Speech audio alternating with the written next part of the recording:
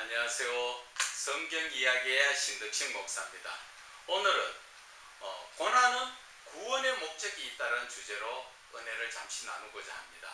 우리가 창세기 45장 5절 말씀을 보면 요셉 이야기가 나오죠. 요셉이 어땠습니까?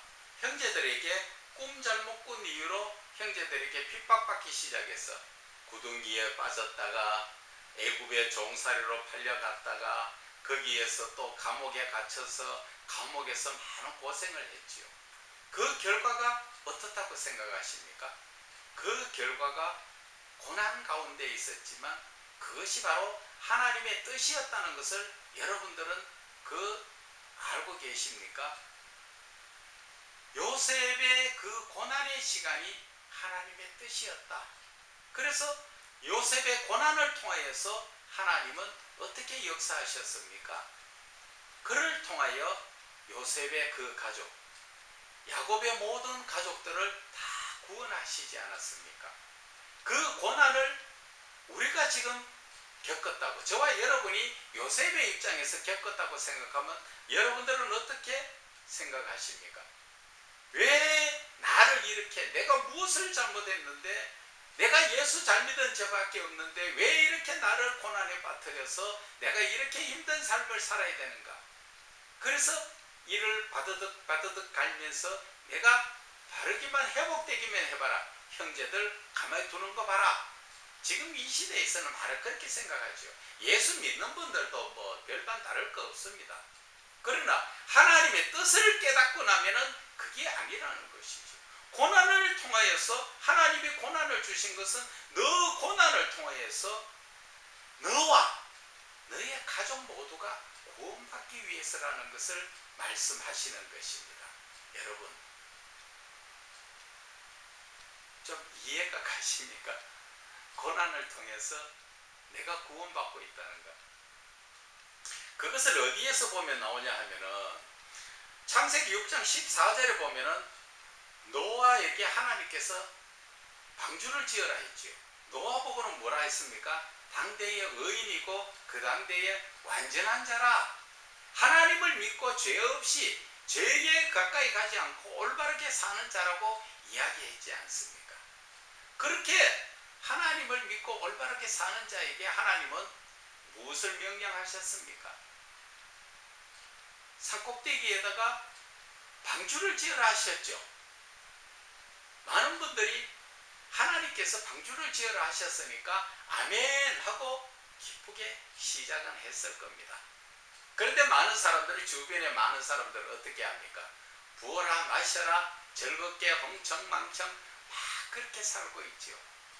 그런데 노아와 노아의 가족들은 눈만 뜨면 산에 올라가서 방주를 짓지요. 여러분들 한번 상상해 보셨습니까? 그 방주를 지을 때, 그 당시 원시 시대 때 제대로 무슨 연장이 있어서 그렇게 나무를 자르고 그것을 방주를 지을 만큼 그렇게 쉽게 할 수 있는 그런 기계나 연장은 없지 않습니까?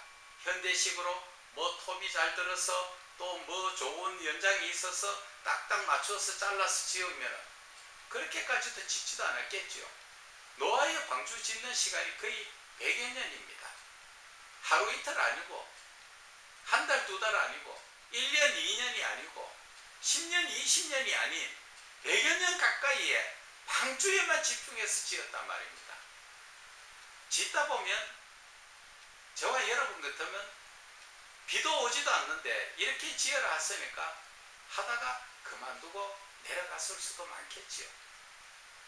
세상 사람들은 세상에 빠져서 기쁘고 즐겁게 살아가는데 하나님을 믿는 내 모습은 왜 이러냐는 것이죠. 그러나 하나님께서 노아에게 말씀하실 때 뭐라 하셨습니까? 방주를 짓는데 누구를 위하여? 너를 위하여 방주를 지어라. 그렇게 말씀하셨잖아요. 노아에게 너와 너의 가족을 위해서 방주를 짓는 것이지 하나님의 영광을 위해서 짓는 게 아니라는 것이잖아요. 그러나 하나님은 노아의 방주를 통해서 하나님의 뜻을 이루시잖아요. 온전한 자를 구원해 주시는 하나님의 역사라는 것입니다. 그러나 그 짓는 과정에 내가 구원받는 그 결과에까지 가기는 너무나 고달프고 힘들다는 것이죠. 요셉도 그렇지 않습니까? 그 자기의 가족들이 다 구원받을 때까지 불과 연도수로 따지면 10여 년을 동안 나무집에 종살이 하다가 감옥에 가서 시중 들다가 얼마나 고단한 삶을 살았습니까? 그러다가 33세에 그가 바로 총리로 인정받고, 그리고 나서 그가 자기의 가족들 모두를 구원받았지요. 마찬가지라는 것입니다. 저와 여러분들은 고난이 없으면 온전한 구원을 이룰 수가 없다는 걸 아셔야 됩니다. 그런데 저와 여러분의 고난은, 죄사함에 대해서 고난은 누가 대신했습니까? 예수님이 대신하셨지요. 예수님이 저와 여러분의 죄에 대해서 다 대신하시고 그 채찍질 받으시고 죽음의 못질까지 다 받으신 그 예수님이 계셨기 때문에 내가 구원받은 것입니다. 자, 그렇지 않습니까? 요셉이 그만큼 고생했기 때문에 요셉의 가족인 내가 구원을 받았다는 것입니다. 요셉의 그 가족들이 자기네들이 수고해서 구원받았습니까? 요셉이 대신에 갚았지 않았습니까? 노아도 마찬가지지 않습니까? 노아도 자기의 가족을 위해서 그만큼 수고하고 애썼기 때문에 그 가족들과 그 후손들이 태어날 수 있는 그 길을 열어주신 것이 하나님이시라는 것입니다. 그런데 우리의 삶은 어떻게 생각하세요? 늘 우리는 내가 고난받는 거 가지고 늘 불평불만하고, 예수를 믿어서 좀 육신적으로 생활이 풀리지 않으면 늘 불평불만하죠. 그러면서 내가 예수를 잘못 믿었느냐, 내가 어떻게 무엇을 잘못했느냐, 그렇게 돌이켜볼 수 있지요. 그럴 때 바로 하나님께 기도해야 되는 것입니다. 하나님, 내가 지금 무엇을 하고 있고 내가 왜 이렇게 해야 합니까? 자체를 진실하게 하나님께 기도해보면 하나님께서 가르쳐 주신다는 것입니다. 노아에게 무엇라 가르쳐 주셨습니까? 너는 너를 위하여 방주를 지어라. 너가 고난받는 것은 너 자신과 너의 자식들을 구원하기 위해서다. 그런 의미죠. 그런데 요셉에게도 하나님은 뭐라 말씀하셨습니까? 네가 고난받은 것은, 하나님께서 나를 이곳에 먼저 보낸 것은 우리 형제 여러분들과 가족들을 모두를 구원하기 위해서 나를 먼저 이곳에 보내셨습니다. 그것이 하나님이 알게 해주셨다는 것이죠.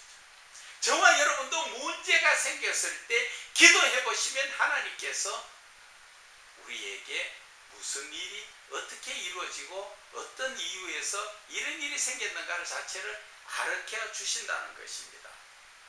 여러분 이해가십니까? 그래서 우리는 하나님의 말씀, 성경을 볼 때도 항상 하나님께 기도와 같이 말씀, 기도, 묵상을 같이 이루어 가야 됩니다. 그래서 하나님의 말씀을 볼 때 하나님, 이 말씀이 무엇입니까? 이렇게 기도도 하고, 말씀 속에서 하나님은 이 말씀을 통하여서 무엇을 지금 내가 하기를 원하실까? 묵상도 해보고, 그래서 이 성경 말씀을 볼 때는 그냥 무작정 읽는 것이 중요한 것이 아니라 그 말씀 속에서 하나님의 말씀과 그리고 묵상을 하면서 기도도 동시에 같이 해나가는, 그래서 말씀 묵상 기도를 해야 이 말씀이 빨리 깨달아지고 알게 된다는 것입니다. 그래서 예수님께서 이 고난이 바로 구원이라는 것은 예수님께서도 말씀하셨지요. 이사야 53장 10절에도 보면은 그 예수 그리스도의 고난을 계시로 말씀하셨고, 그 계시의 말씀이 하나님의 뜻을 성취하리로다. 하나님의 뜻이 뭡니까? 너희의 고난을 통하여서 구원을 이루시겠다. 그것이 바로 구약 성경 이사야를 통하여서 하나님께서 주신 계시의 말씀일 것입니다. 그리고 히브리서 13장 12절에 보면은 예수 그리스도께서 자기 피로서 백성을 거룩하게 하려고 성문 밖에서 고난을 받으셨느니라. 성문 밖에서 고난을 받으셨대요. 그것이 바로 십자가의 죽으심을 이야기하시는 것이죠. 누구를 위해서? 우리의 구원을 위해서. 그래서 고난 뒤에는 아무런 목적 없는 고난이 아니라는 것이죠. 그러나 세상에서 내가 살면서 잘못된 목적을 가지고 내가 욕심적으로 살다 보니까 고난받는 것은 하나님하고는 전혀 상관이 없다는 것을 여러분들은 깨달으셔야 되고, 내가 예수를 바르게 잘 믿고 있는 가운데 내가 받는 고난에는 분명히 하나님의 크신 뜻이 있다는 것을 여러분들은 깨달으셔야 돼요. 그것을 깨닫기 위해서는 항상 말씀 속에서 묵상하면서 기도하시라는 것이죠. 아니면 마태복음 6장 6절에 골방의 은밀한 기도, 하나님과 나와의 1대1의 관계에 기도를 하시라는 것이죠. 그것은 따따붙다의 기도가 아닙니다. 조용히 묵상 기도로 하나님과 나와의 교제를 하는 것입니다. 그 하나님과의 교제의 기도 속에서는 내가 하나님 어떻게 할까요? 저떻게 할까요? 자꾸 그렇게 묻는 거 아니에요. 하나님과 1대1 교제의 기도에서 제일 중요한 것은 우리는 가급적이면 말을 적게 해야 됩니다. 하나님께서 많은 말씀을 하시도록 우리는 계속적으로 물어야 됩니다. 하나님 이거 어떻게 할까요? 이렇게 해라. 그러면 그것은 언제부터 합니까? 언제부터 해라. 그러면 어떻게 해야 됩니까? 누구와 같이 해라든지 혼자 해라든지 이 모든 것을 나는 적게 말하고 자꾸 하나님 앞에 확실하게 내가 다 알 수 있도록 세밀하게 하나님께 물어야 됩니다. 그러면 하나님께서는 아주 세밀하게 다 가르쳐 주십니다. 그 하나님이 가르쳐 주신 그 뜻대로 우리는 순종해 나가는 것, 그것을 하나님이 기뻐하신다는 것을 여러분들은 아셔야 됩니다. 그래서 우리가 첫머리의 제목이 고난은 구원의 목적이 있다고 말씀하신 것처럼 저와 여러분이 지금 이 신앙적 삶 속에서 고난이라는 것은 분명히 하나님의 목적이 있고 하나님의 축복이 있습니다. 그렇기 때문에 우리는 이 고난을 갖다가 왜 나에게 주시는 고난인지 그런 것을 묻지도 않고 불평불만하면 안 돼요. 그래서 요셉 같은 경우에도 한번 봐보세요. 하나님께서 요셉을 고난의 구덩이에 빠뜨렸지요. 저와 여러분이라면 저와 여러분이 고난의 구덩이에 빠질 때 빠뜨렸습니다. 예수 잘 믿는데 왜 빠뜨렸을까요? 그것은 바로 나와 내 가족을 구원하기 위해서 빠뜨렸잖아요. 그 고난의 시간이 지나서 하나님은 요셉을 총리로 세우시고 총리로 세웠을 때 자기의 가족들을 구원하셨지요. 여러분들도 똑같다는 것입니다. 여러분들이 지금 예수를 잘 믿는 가운데 고난에 빠졌습니까? 하나님은 하나님의 어떠한 구원의 목적이 있는데 그냥 구원의 목적으로 바르게 이끌어가는 것이 아니라 분명히 고난의 끝은 나를 높여 주신다는 것을 아셔야 됩니다. 내가 높아지고 그리고 그 후손들을 우리는 구원할 수 있도록 그렇게 하나님은 이끌어 가신다는 것입니다. 여러분들 한번 생각해 보세요. 여러분들이 고난에 빠져 있다면 실망 낙심하실 것입니까? 아니면 하나님께 기도해 볼 것입니까? 하나님께서는 분명히 기도하면 하나님의 구원의 목적을 이야기하십니다. 그 구원의 목적은 나와 내 가족, 내 주변의 사람, 그들을 구원하기 위해서인데 그냥 내가 고난 끝에서 그냥 그들만 구원하는 게 아니라 고난의 끝은 분명히 하나님은 나를 높여주신다는 것을 깨달으셔야 됩니다. 내가 높아진 다음에 그리고 하나님께서는 모든 자들을 구원하신다는 것을 나를 통하여서 구원하신다는 것을 여러분들은 아셔야 돼요. 그렇지 못하다 보면 우리가 그냥 고난만 받다가 다른 사람 구원하고 끝나는 거 아니에요. 하나님의 하나님의 그 주시는 고난은 그저 주는 고난이 아니라 그 대가가 꼭 있습니다. 그 하나님의 주신 고난의 끝은 나를 높여주시고 또 높여진 나를 통하여 그 하나님의 뜻을 이루시기 위한 하나님의 계획이라는 것을 저와 여러분은 깨달으셔야 되는 것입니다. 그래서 하나님께서 우리에게 그 주시는 고난은 우리가 기뻐해야 돼요. 그 기뻐하면서 그 고난의 끝이 무엇인가를 알기 위해서는 하나님께 기도해야 되고, 그리고 그 고난에 요셉처럼 순종할 줄 알아야 됩니다. 노아처럼 그 긴 시간에도 순종하듯이 우리는 하나님의 모든 명령의 말씀에 순종할 줄 알아야 된다는 것이죠.